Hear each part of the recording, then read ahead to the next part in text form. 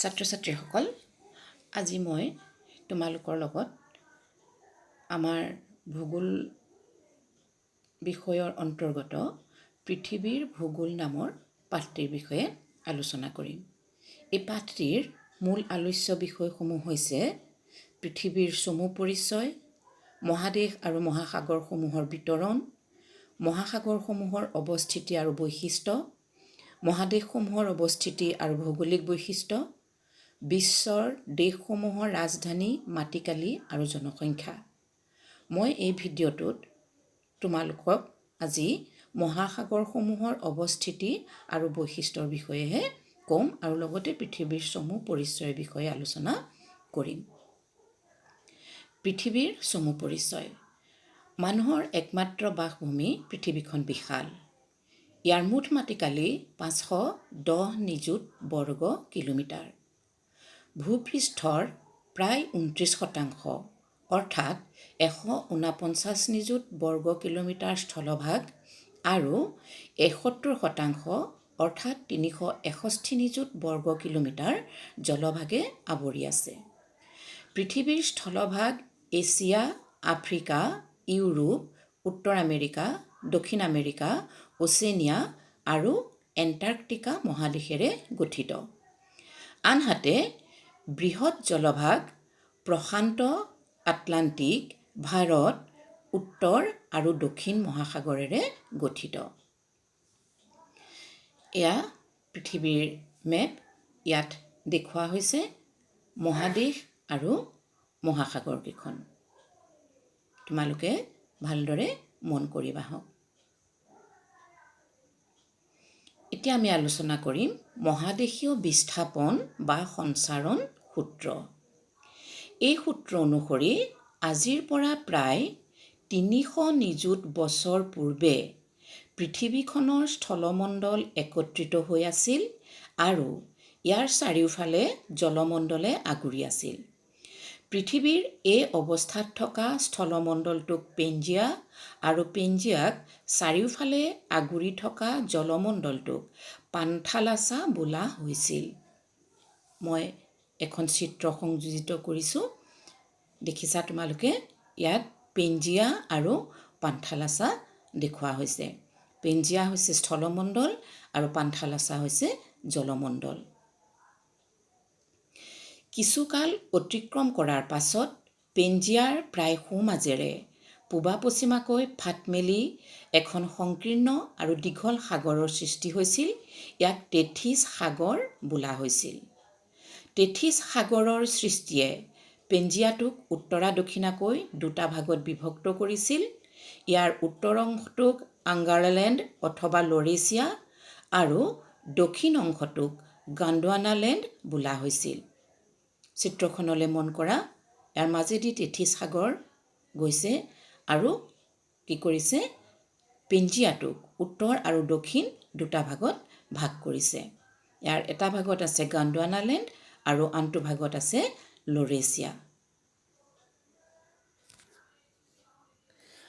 আজিৰ পৰা 250 নিযুত বছৰ পূৰ্বে ভূত্বকৰ ফাটন ক্ৰিয়া আৰু মহাদেশীয় সঞ্চাৰণৰ ফলত লৰেছিয়া আৰু গণ্ডৱানালেণ্ড পুনৰ বিভাজিত হৈ বিষুৱ আৰু পশ্চিম দিশত গতি কৰি বৰ্তমান অৱস্থাত থকা মহাদেশসমূহৰ সৃষ্টি হৈছে।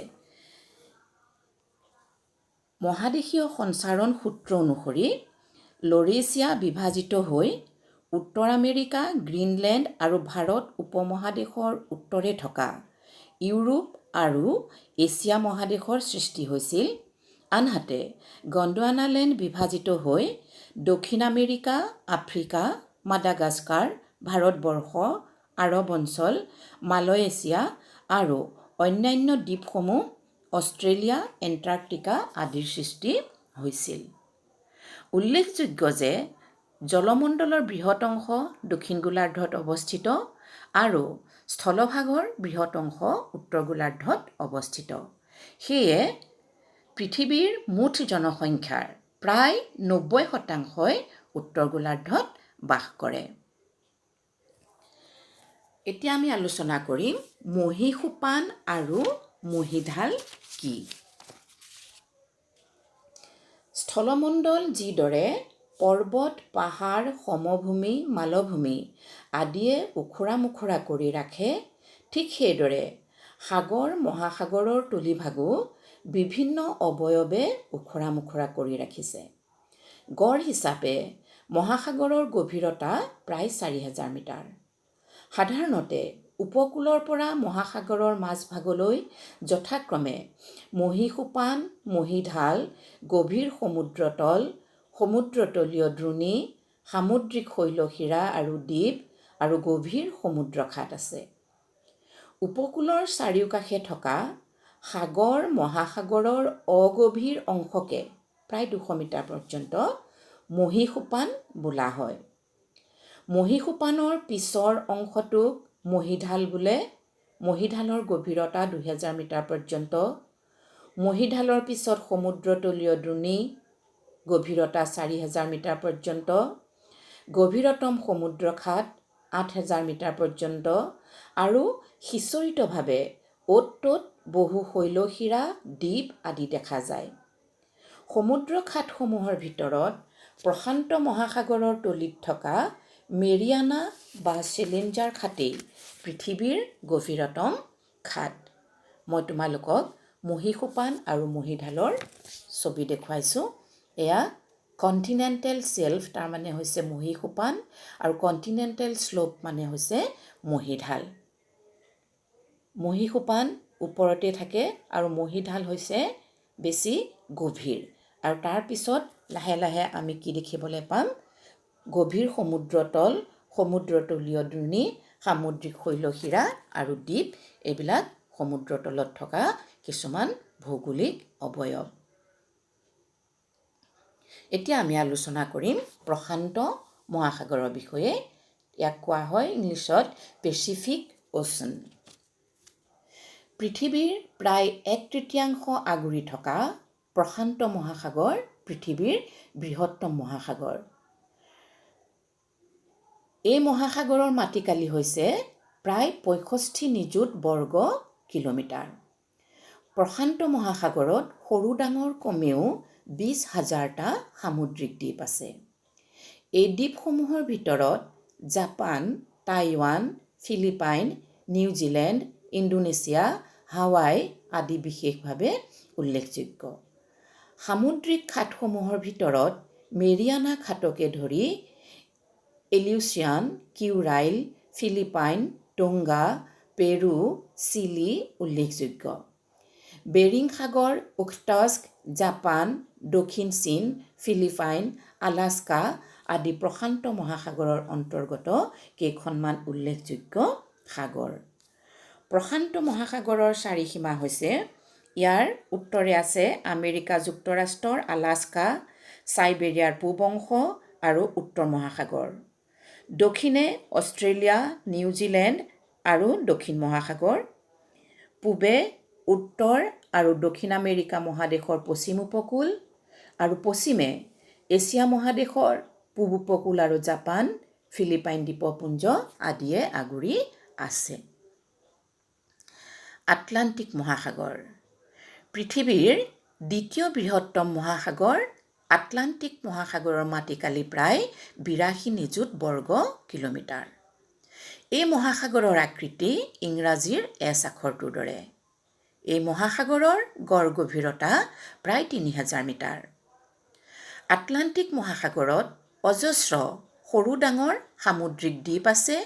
ইয়াৰ ভিতৰত আইচলেণ্ড, নিউফাউণ্ডলেণ্ড, ব্ৰিটিছ দ্বীপপুঞ্জ, কেনেৰী, ফকলেণ্ড, বাৰ্মুডা আদি বিশেষভাৱে উল্লেখযোগ্য।